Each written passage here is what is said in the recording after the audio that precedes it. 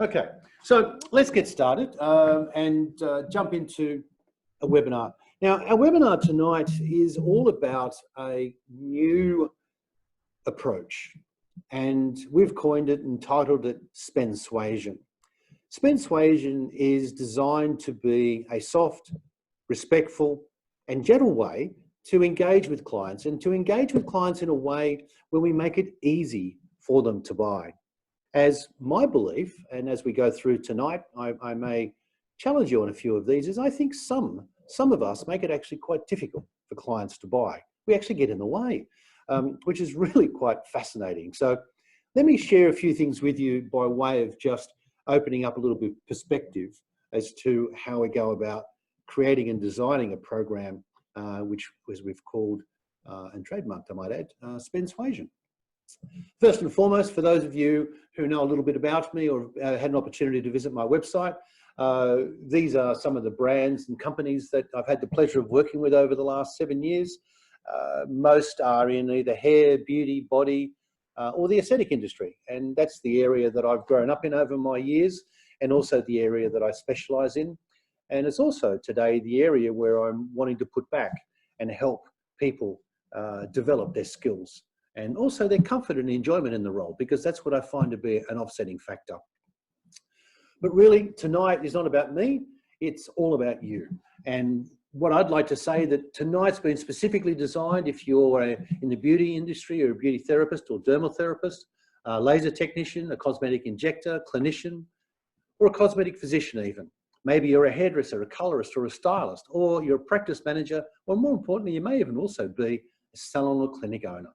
This webinar is specifically designed for you, and we've spent a lot of time designing this program specifically for these industries.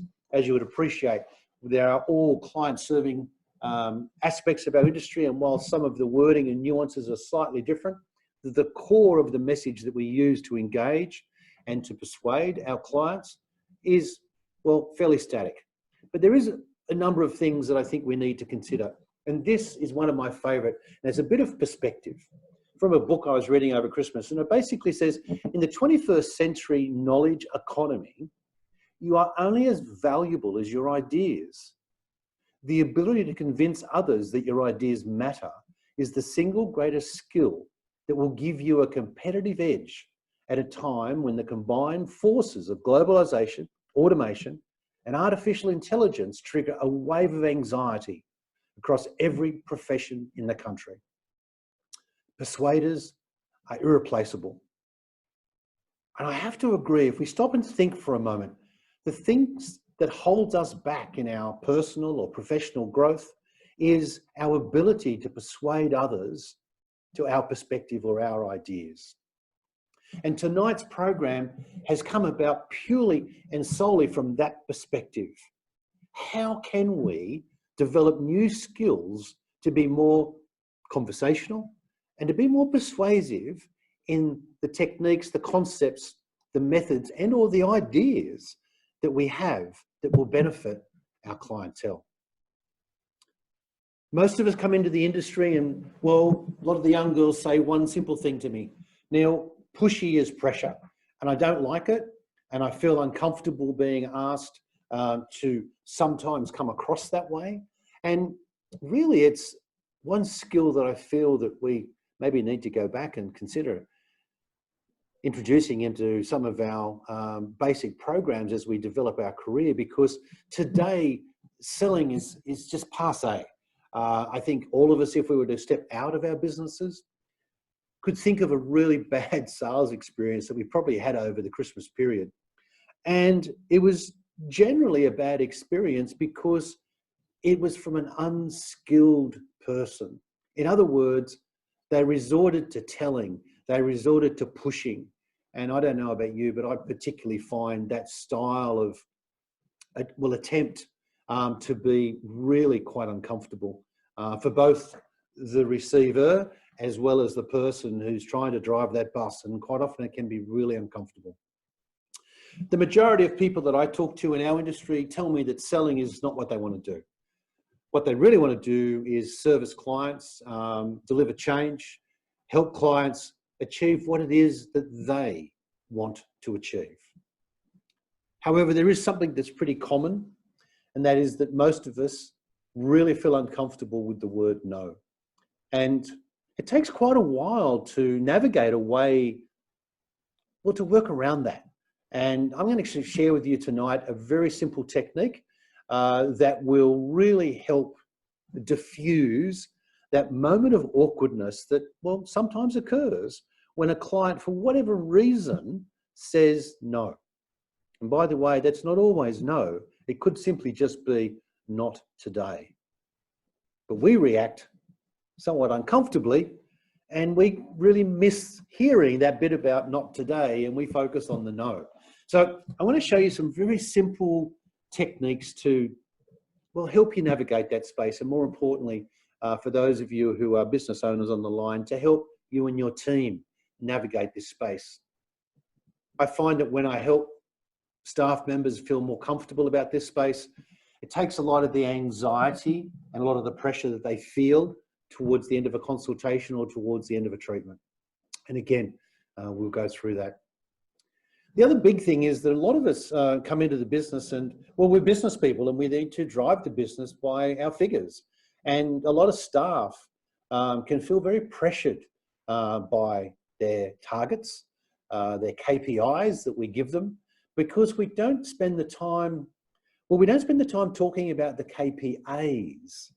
So there's KPIs, which we all know are the finishing lines where we want people to strive and achieve, and whether that be, 70% rebooking, or whether that be 30% of your turnover in retail, whatever it may be to be your markers in your business, we tend to communicate very heavily with our team about KPIs. We constantly talk to people about what we want to achieve. KPI, for example, if we were to be in a running race, would be a 100-yard dash, and I think we can all possibly think back to when we were at school and were asked to do that as part of a school carnival. We can all remember, some of us did it well, others maybe not, but we can all remember that there was a time connected to how long it took us to cover that distance. And, if we were at an elite level, we'd be talking about, covering that 100 yards in 10 seconds or whatever it might be, or even less for that matter. If we were to talk about the KPAs, we wouldn't be talking about how quick it takes to run that 100 yards, or 100 meters, I should say. What we'd be talking about is we'd be talking about their starting position. We'd be talking about how high they need to lift their knees and what their arm movements might be as they propel themselves up the 100-yard dash. We might be thinking about the starting position and engaging in conversation about foot position and how to push off and how to launch ourselves off at the start line. We'd probably be doing a bit of gym work and building muscle, and particularly maybe leg muscle and also upper body muscle. And ultimately, we would be doing the most important KPA of all, and that is getting our head in the right space. See, that's what professionals focus on when we look at elite performers. Elite performers focus on the activities and the actions they need to take to create the end result. Sometimes we all get too focused on the outcomes and forget to take the time to talk to people about what the KPAs are. And well, that's what I do. I focus on breaking down your KPIs into KPAs so people can get to understand that, if I am doing this race, I actually have got my feet wrong. I'm coming out of the blocks wrong. Well, if that's what we talk to people about, they will go on to grow and develop and improve at every stage of their skill, because we're focusing on what's important to help them grow. And they will overproduce every time. It's really quite amazing. So tonight, I want to talk to you about 3 very simple secrets to help you grow your in-clinic or in-salon treatments, add-on services, and the all-important retail. But my caveat is, I'm not going to ask you to sell. I'm going to ask you to have conversations. Throughout my career, success has left clues for me to follow. And what I mean by that is, whenever I see someone that's been incredibly successful in their business or in their scope of work, I suppose I don't adopt the tall poppy syndrome, but I actually adopt curiosity. I adopt a view of how they got there. What is it are they doing? And if we can look at the more successful girls and the more successful people within our clinics, we can also start to see that they adopt certain behaviors. And some of their behaviors produce great results. So what we need to do is we need to learn from those clues. One of the earliest clues I had was, well, I was a product company representative a number of years ago. And in those days, we were told to go into salons and clinics and businesses and teach product knowledge. Well, actually, there wasn't clinics around those days. It was all salons. And our job was to go in with our product and teach product knowledge. Product knowledge was, you know, what we were constantly told was the transaction, the money of the day, so to speak. But what I started to realize when I listened to my clients was that what they really wanted to know was how to introduce the product to a client, how to recommend it, and to make it easy to help clients buy, or to even let the clients buy the product. Because in those days, products were in glass cabinets and were difficult to access. So, you know, walk-in retail or people wanting to simply walk up to the shelf was a very challenging thing back in my early days. But what I did is I did something really different. And what I did was I listened to my clients and I taught them these skills. I taught them the nuances, the subtle changes in language, some of the different words that I've learned, because Mum was a hairdresser and, you know, taught me a lot of that raw skill. And I observed a lot of that in her very comfortable and somewhat animated, I might add, style, and the way that she used to chuckle and laugh and talk to her clients, and lo and behold, also upsell and cross-sell them, words and labels that we use today to describe those activities. So the key for me and the success that left those clues was when I realized that if I taught my stockists ways to improve their language, lo and behold, what happened was I very quickly became one of the top reps for the company that I worked with, because clients were ordering lots and lots of stock because I was helping them actually sell it or recommend it to clients. I can only tell you that it made a huge difference, not only to what I was doing, but where it made the biggest difference was to a lot of the younger people that were coming through the business, because they'd never been taught this style of communication or the art of communication.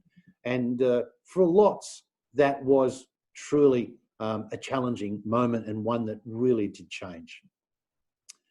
We find ourselves today, and in particular in the beauty and the aesthetic industry, is one that has got definite segments that are enjoying rapid growth and sustainable growth as well. And when we look at the bigger picture and start to look around us and look at the statistics that are being fed to us from very international and also domestic research, it's suggesting that we've got a good 7 years ahead of us of compound growth of anywhere from 12 to 14%. And, you know, there's no doubt more of these research programs will be published in the very early part of this new decade. So I'm looking forward to seeing those, but all indicators are saying that certain market segments, especially in what we call the aesthetic end of our industry, is really actually showing some tremendous growth. So, you know, if we were to take a crystal ball and, excuse me, maybe throw that forward, that would mean if you had a small business today turning over, you know, $500,000, if all you do is kept up with 12% compound, excuse me, your business would literally double in the course of 7 years. So what can I do tonight to help you double your turnover? Let's be frank. If I could, what impact would that have if in 7 years' time you're turning over double what you are now? It's achievable if you are operating in that area of the business. And just so that I put this here just to remind me, please, at the end of tonight, I have a special bonus for you, and I'd love to share that with you when we get to the end, but always like to remember that I've got a little something just for you. So let's have a look at where our industry is going, and let's maybe have a look at, well, clients, you know, let's start to look forward. What we've noticed is clients have changed, haven't they, over the last 5 and 10 years? Not only are some of them are getting a lot younger, but more importantly, they're a lot more savvy. They've got this thing at their fingertips, this mobile phone. They're more educated than ever. They quite often have Googled you, your business, and the service and treatments that you offer before they've even walked in the door. And, you know, things have really changed. So we really need to cater for their needs, because if all we do is recommend the way that we've been doing it for the last 10 or more years, we are really going to miss the beat. These new up and coming clients, and excuse my language, and I hope you don't mind me saying it this way, but you know, they grew up with a bullshit monitor on their forehead. I mean, they're one of the only generations that have grown up with constant bombarding of marketing, you know, right from the get-go when they got their first device. They are so much more skeptical when it comes to the sales process. And I use that word with a degree of discomfort, because it is really a space we have to collectively as an industry move away from. Sell is old-fashioned. It is old techniques. It is quite often techniques that is, well, it's very tell-driven. And I have to say to you, you know, today, telling ain't selling. And if you listen to your girls and all you hear them doing is doing all of the talking, I have to suggest to you that they're probably not on the right path, because clients, they don't want to be told anymore. You know, we used to tell, then we used to show, and then we used to ask. There was all of this, a bit of hype and enthusiasm, but people interpret that today as pressure. So how do we switch that around? How do we modernize this opportunity? Well, we move from telling to a base of persuasion. And by the way, the most simplistic way to think about persuasion is to ask. And persuasion is also a conversation. And by way of definition, a conversation is when we have two people communicating, not one person doing all the talking, and quite often talking so much they don't know when to stop. Persuasion is a whole different style. It's a comfortable, it's an easy style. It's not a difficult style to learn, but it does require a thought process. It does require initially a shift, because then once we get to ask, we then listen. And what I know through all my years of training and all my years of researching this space, the quickest way to build trust with a client is to listen to them. We trust and respect people who listen to us. We feel uncomfortable with people who talk at us. And unfortunately, some of our younger team members come into our industry thinking that, well, they're just so full of information that they actually have to deliver all of that information to a client. My belief is that, well, you've probably got 10 or 20 things that you could say to a client about any particular treatment, service or program or whatever it is that you're wanting to offer that client, but she doesn't want to hear all of them. She just wants to hear probably 4, because those 4 are relevant to her. The others aren't. So your goal today is to find out which 4 is relevant to this client today, right now, at this appointment, because that's all she wants to hear. And if we do that, what we tend to find is the client engages with us because we're not over delivering information.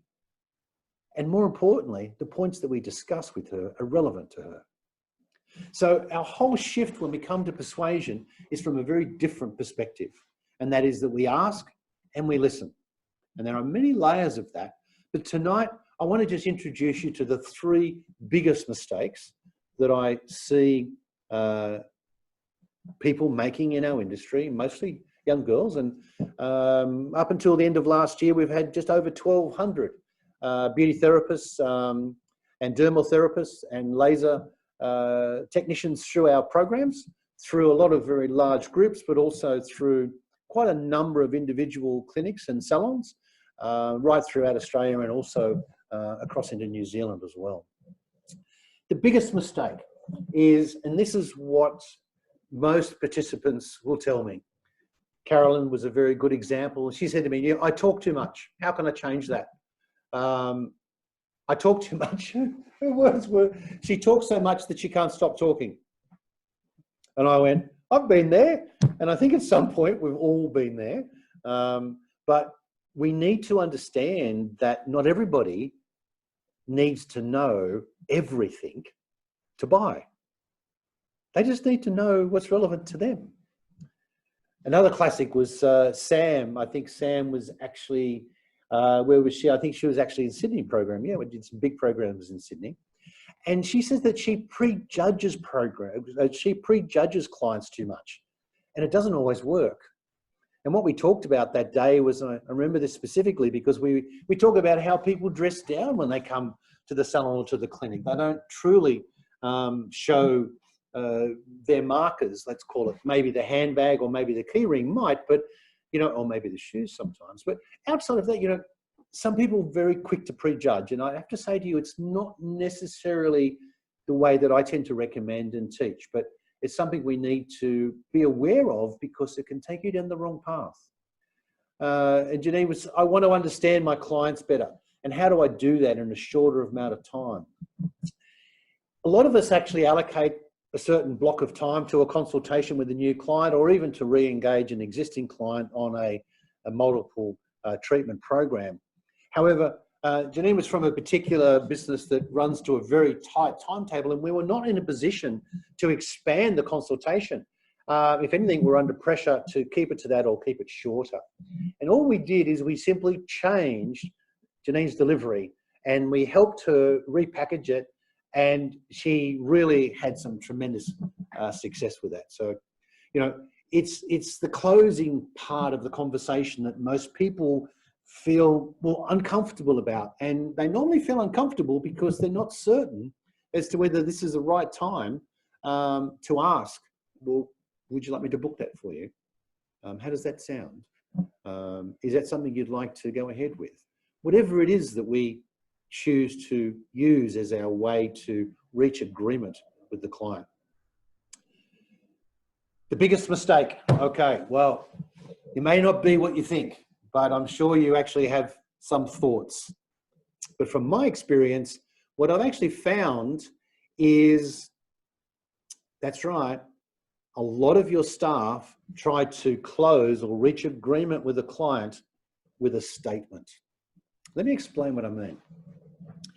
Let's just pick an example where a client's come in for initial consult. She wants to have half leg or a full leg hair removal, whether that be laser, whether that be IPL, whether that be wax, regardless.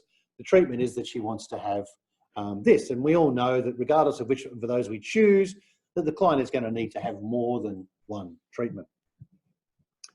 So what I see is a staff member, and I've sat in a few treatment rooms and listened with the clients or the owner's request to listen to a few of the girls in the adjoining room and what they actually say, which has always been really an interesting experience. But here's my point.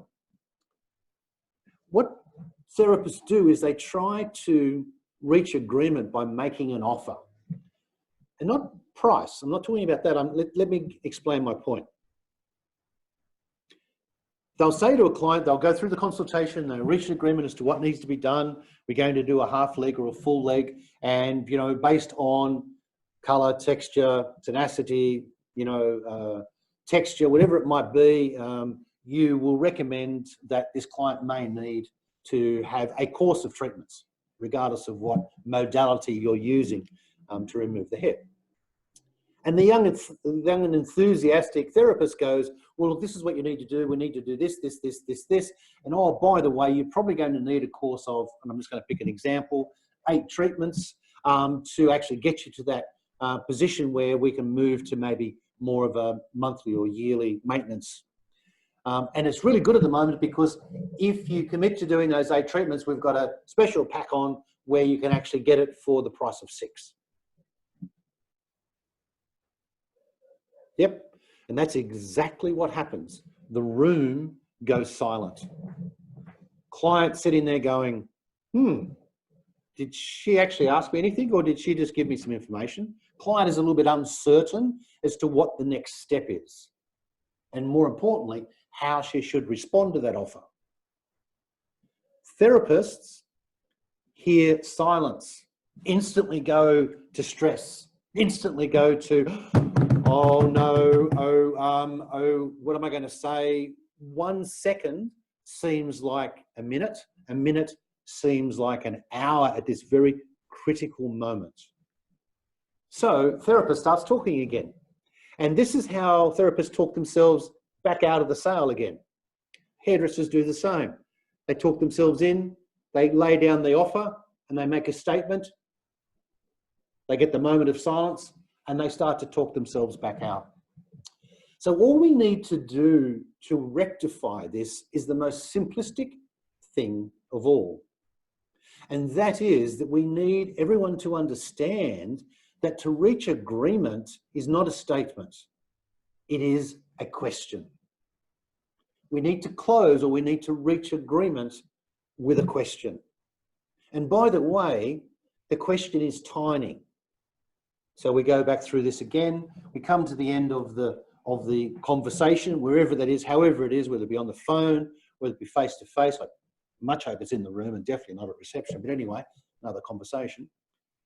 And what we actually simply say to the client is that, look, we have probably going to need to work through about 8 treatments to achieve the result that you're looking for. At the moment, there's a program available where if you agree to 8 regular treatments, you can actually have that process done for the price of 6. There's the offer. Then we simply say, how does that sound? Would you like me to book that for you? Would you like me to look if there's any times available? How does that sound to you? Could that fit for you? Whatever that tiny little question is that you're going to ask at the end, that is how we reach an agreement. That's what is technically called a close. Close, I don't like it. It sounds so pressury, but it's a term that I know we all understand. For me, it's reaching agreement. And then once we ask the question, we pause. For some people, it takes up to 11 seconds for them to make a decision. Could you honestly see some of your therapists being quiet for 11 seconds at this critical point? I can have to say I find very few, because there's for whatever reason, they have created in their mind, because of their bad experiences, lots of discomfort. So all we need to do is we need to practice the different types of questions that we can ask. And then we develop what we call power questions. And power questions are simply questions that we as a team in the clinic have shared amongst each other that work. That's it. That's all it is. It's not rocket science. Only rocket science is rocket science, as they say. But it's just so simple. And the difference it makes is huge. I see now young girls feeling so much more confident when they come to that really awkward stage, or what they see to be the awkward stage. And there's many reasons why they may perceive that. But when they learn this simple skill and learn to simply ask it as a question, and then offer the client 1 or 2 seconds, maybe 3, to consider it, the ratio of getting yeses, can I have that? Can you book me in for that? That sounds great, I'll do that, escalate noticeably. And I'm talking anywhere from a 25 to 50% increase, especially with the younger girls. And with your more experienced girls, they just get an extra level of confidence and comfort in being able to navigate this part of the conversation. It really is a game changer. And yet it is just so simple. So simple. Some of the feedback I've had from this shift, Angelina said to me, you know, I started asking clients more questions to close my sales. Wow, hallelujah. Sabrina, feeling more confident and comfortable talking to clients. See, it's what it is. It's about creating conversation. Stephanie, more confidence. Skin sales improving. Talia, clients are trusting me more, accepting my recommendations. Hannah, this has helped me improve closing the sales in the room. If you're in the beauty industry, we don't close sales outside the room. It needs to happen inside the room. Reception is the wrong place. I explain that in my course that we'll talk about a little bit later, but it's just where so many sales get lost. Marley, by asking better questions, it's easier to gauge what the client's looking for. Exactly, rather than thinking what we think the client's looking for. And Renee, Renee's from New Zealand, a big clinic group over there, 6 clinics, and she has done a tremendous job. And she found that asking clients more questions and really stopping and listening to them and being genuinely interested in them has gained trust and increased sales. You know, Renee and I have had a number of conversations. I have to say with you, there's one thing that came out of it, and we were talking about therapists' ability to listen. Well, see, most people listen with the intent to interrupt, don't you? We listen with the intent to put our point in, our point of view in, our thought in. We're not really listening to what the client's saying. So again, if all we can do is some listening exercises with your team and getting them to feel more comfortable with controlling the client conversation, because that's easy to do. We know how to redirect and get the client back on track when they're one of those long-winded clients. But more importantly, we have to listen, because there is gold in what the client is saying to us. Feeling that we're uncomfortable and tense and we're simply trying to, listen with the intent to interrupt doesn't build a good relationship. Let's move on to number 2. And again, tonight's all about this closing area, because it's the area that I find, well, more importantly, if I can help clients shift in this space, one of many, this is the one that actually gives you the quickest increase in sales, which also then builds confidence and allows some of the other skills to come on in behind it. So how do we close with confidence? How do we, develop some of those questions? And, what would be something that we can add to your toolbox? And my analogy here is that, if any of you are married to a tradie, and if you've been to one of my presentations, you'll hear me talk about tradies, but if they're a plumber and they don't rock up to your house and they don't back up the whole van, all they do is they come in, they listen to you, they have a consultation with you to identify what your problem is, and then they go out to their truck and they pick up the tools that they need for that job. Well, that's the way I want you girls to think about this as well, because you've got to where you are because of the experience and successes that you've had. I'm not asking you to change that. I just want to put some extra tools in your toolbox. So, what is the most comfortable question, the one that has least pressure, that you can use when endeavoring to reach agreement? And it's a very simple one. Where would you like to go from here? Now, by the way, did you notice how relaxed I was? And it wasn't pent up. It wasn't, if anything, my tone of voice was a little bit softer, a couple of pauses, albeit very subtle ones. This particular consultative close, to put a label on it, or consultative method to reach agreement, comes from this. Quite often when we have a therapist in the room and we're discussing, especially if we're endeavoring to cross-sell a client, so we're wanting to move them from the treatments that they're having, and again, hair removal was the classic example, then we want to move them now or suggest that they consider some skin rejuvenation or a injectable consult, or whatever other treatment device you have as a diagnostic to introduce them to skin.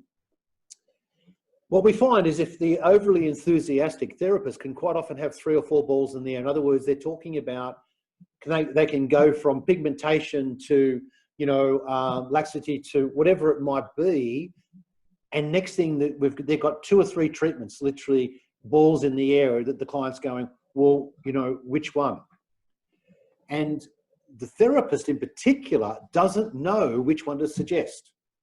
And this is quite often a muddling position if you are talking with a client about multiple treatments. So the very simple set of words that I would like to ask you tomorrow to ask one of your girls to practice is this. We reach the point of, we've covered those things. We can even talk about our offers if we want. But the simple question we then say is, Jenny, one of my favorite clients, one of my favorite therapists, Jenny, where would you like to go from here? That's right. And then we just pause. And what we find when we ask a client this, some amazing things come out. And it may be things like, well, actually, I'd really like to start with both of them, but, it's not my pay week this week. And can we work out a way where and all of this personal information just flows out. Why? Because we're asking for their contribution and we're listening to them. The reason why it doesn't come out when we employ our older style of techniques is because they feel the pressure. And the more we push, the more they run away. And the more defensive they come, and the less they want to tell you about their situation or circumstance. When we roll that around and turn it into a conversation where we have built trust, so they like you, they trust you, they know you, they start to actually think about wanting to buy. And especially when we ask them to guide the sale forward. Very powerful. It's a very significant change, and I normally would ask 3 or 4 girls who openly admit to struggling with closing to practice those words, and the results, you'll be quite surprised. They'll walk out of the rooms with a big smile on their face because they're getting yeses, and it's really powerful. So number 3, what can you do to dramatically increase the times that you and your staff get to a yes? Well, again, it's one of my faves, and it's, again, it's a real deal breaker for me because it's the one thing that people just don't know how to handle. And that is the way you handle no. Generally, when we get a no, the therapists close down. They don't listen to any other words that may come out behind that. And they start to back off. They start to feel that they're pressuring the client. They start to feel unsuccessful, and they start to actually reverberate and move away. They start to withdraw. And what I want to ask you to think about is, it's not rejection. See, no is not rejection, because no could just be no, not today, or no, not now, or they may just go, oh no, and with the discomfort of the therapist increases, so they jump in, and you don't get to hear what's behind the and the may simply just be, oh look, it's not my pay week, or it's just not now, or and there's a number of triggers that we can use to head that off, by the way. But tonight's just about the 3 really big secrets that's going to give you the biggest bang for buck, quick change with some of your team straight after tonight. So going forward, I would like to ask you to practice because leading by example is always the way to go. But more importantly, I also want to ask you very simply to talk with a few of your staff and then ask them to adopt a set of words. Because how many of you have gone to a shoe shop, a dress shop, a clothing shop, and the girls laid out all of your clothes or the shoes that you've been trying on, and you actually say, no, look, I think I'll leave it. And they do or you hear this little huff, or this, you can feel this attitude hitting you in the back as you leave the store. See, that's what a lot of your clients are trying to avoid. Not because they think you or your staff or your clinic do this, but they feel the pressure of a sale coming on, and they connect back to these other experiences that they've had in other businesses. And because they're now into this groove of sales. So what we do is we use a diffusing statement. And the diffusing statement is this: no, from today forward is, that's not a problem. Again, I pay particular attention to how I say it, and I say it in a downward tone, and I say, that's not a problem. Because by the way, it's not, is it? But here's the beauty of using that diffusing statement. Immediately, you can come back with an alternative. And it may go something like, oh, look, that's not a problem, Jen. It's not a problem. But may I ask, would you be open to maybe considering an alternative where we only do 4 treatments instead of 6 or instead of 8? Because you've diffused, you can immediately offer an alternative and the client will be open to accepting it. When you're in a sales process and you get a no, you almost feel, when you try to offer an alternative, you almost feel like you're pushing that alternative, and clients start to arc up and they really feel pressured. The key to this very simple statement is that it's a diffusing statement. It's also a very good one to use on the telephone, where all you are relying on is the tone of your voice, the speed of your language, and the way that you say things. Next time you ask your staff to practice this, you'll actually notice quite a difference. That's not a problem. Really takes all of the pressure out of it. You'll notice a client's shoulders will drop. You'll notice they'll even offer that sigh of relief that they're not getting to get pushed like they may have somewhere else. It's a really lovely set of words, but here's the big winner for me. Your team learn to be comfortable around this space. And the more comfortable they can be, the more comfortable we can make our client, and therefore the more comfortable the whole journey is for everybody. So they're my three biggest secrets, and they're the three that I find in the world that I live in the world that you live in, and the world we live in together, is the three that really make the biggest difference. But I want to ask you, let's draw a line in the sand, because to have a conversation is one thing, but to actually take some action is something different again. I'm not too sure why you showed up today or what it was that interested you about our program, but what I know is that, well, it could be one of a couple of things. It could be you're frustrated with offering good advice but not getting your clients to buy. It could be that you want to reduce that discomfort that some of your team are experiencing around, let's call it the pointy end of the conversation, or that awkward end. Or, you really need to improve sales, and not because your business needs to, but here's something we all know. Money is being left on the table with some of your clients because some of your team aren't persuasive enough to get your clients to agree to these other luxurious options that they can be enjoying. It's just that simple. We see constant increase in turnover. We see some solid numbers, and I'll share those with you in a moment as far as increases goes. But here's the real big one, which is the most difficult thing to measure.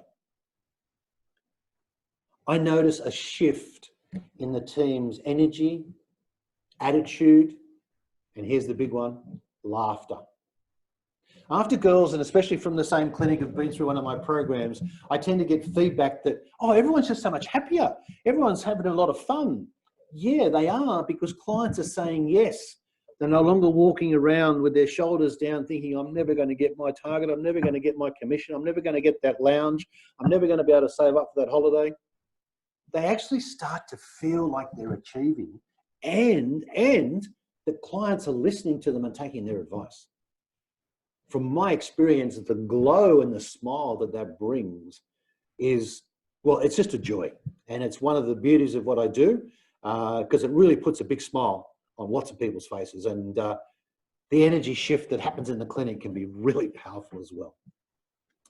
So in closing, the three biggest secrets was, remember, it's not the offer, it's the question. That's the goal. And we simply need to explain those pieces to the team.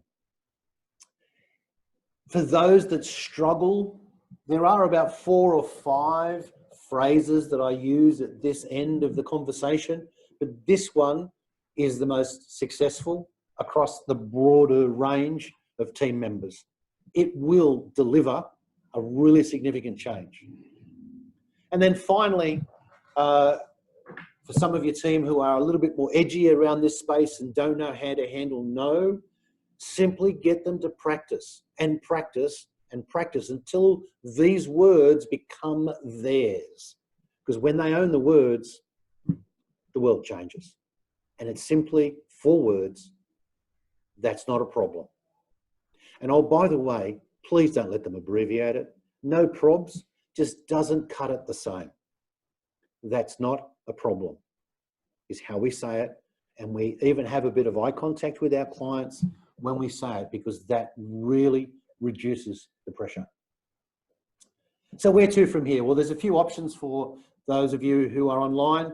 I can only recommend that you practice, and if you're like my son who took up skateboard riding, I don't know about you girls, but I never see them stopping. They're always out there trying to do more and more. We need to create a space and an environment where our team can learn and practice comfortably.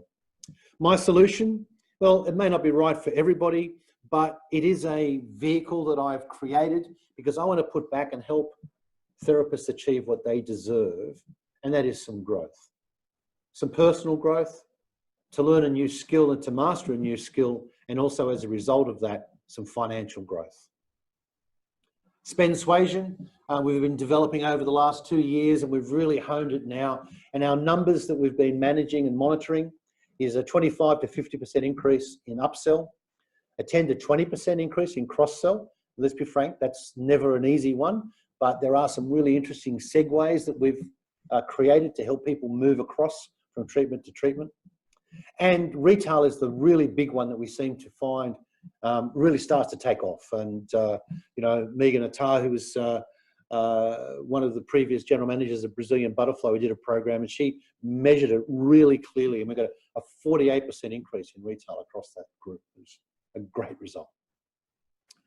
The program that we're going to talk to you about is designed to increase sales, shift confidence and skill, help you get away from rejection, close and reach agreement comfortably, improve your clients' responses, and more importantly, discover that persuasion is fun. Our 4-week course, which is the way we move on from here to go deeper into this particular aspect of our in-clinic and in-salon conversations, is a 4-week model. We spend our first 1 hour together on a Tuesday night talking to you about the model of persuasion and how it works. And then we cover a very interesting subject, which is how to shorten the conversation, not have these long-winded consultations. And then we introduce a group call where everyone gets an opportunity to dial in and we all get on that call together. And I listen and help you fine-tune some of your new skills. Week 3 is how to get to yes with comfortable closes. And I go on to share with you my portfolio of all of the different phrases that we can use in that space. And then finally, how to handle objections, not only what to do when we get no, but how to handle objections. And we call it the rule of 3, and it's 3 particular layers that we take clients through. Our interactive program is on a Tuesday night, 7 p.m. to 8 p.m. Australian Eastern Standard Daylight Savings Time.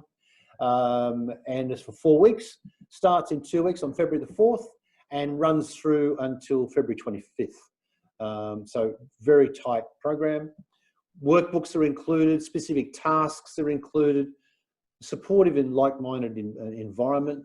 We have a Facebook group where you can interact and share questions, and also access the recording of the webinars week on, because we do record each webinar and pop it in the group the next day. Outcomes, you can expect a 25 to 50% increase in an upsell, 10 to 20% increase in the cross-sell, and quite often 50% plus growth in retail sales, especially from some of your lower performing staff members. Some of your top people may not achieve those growth figures, but they would just get stronger and stronger with their skills. We'll learn how to stop pushing, and we'll get out of the way and ask clients how to buy. We'll help you with some very simple industry-based language, which is respectful, polite, and more importantly, it works. We'll dramatically be able to increase the number of clients getting to yes of your recommendations. Comfort levels will change, confidence will change, and some will receive that recognition that they've been yearning for. It's a 4-week course. All inclusive is $997, one payment. You book it tonight or within the next 24 hours, and you will receive a 10% discount, which brings it down to $897.30 per clinic or per salon. I will simply say to you here that if you want to bring your staff together and sit them in front of a monitor and have all of your team go through it, it's a very cost-effective way to introduce a new skill set into your team. and it's one that works and works incredibly well. So my bonus to you tonight is to offer you a copy of my slides and the presentation that I've worked through tonight, as this may help you enroll your team to be a part of this program. And then all that I ask you to do is to just send me an email saying Neil, and just put slides in the subject line, and Sarah, first thing in the morning, will scoot you off a copy of our slides from tonight with our compliments, because as always, it's not just you that's come online that is eager to learn. It's actually how we enroll everybody, and by walking them through this may help you achieve that. So I'd like to simply part and conclude tonight by saying thank you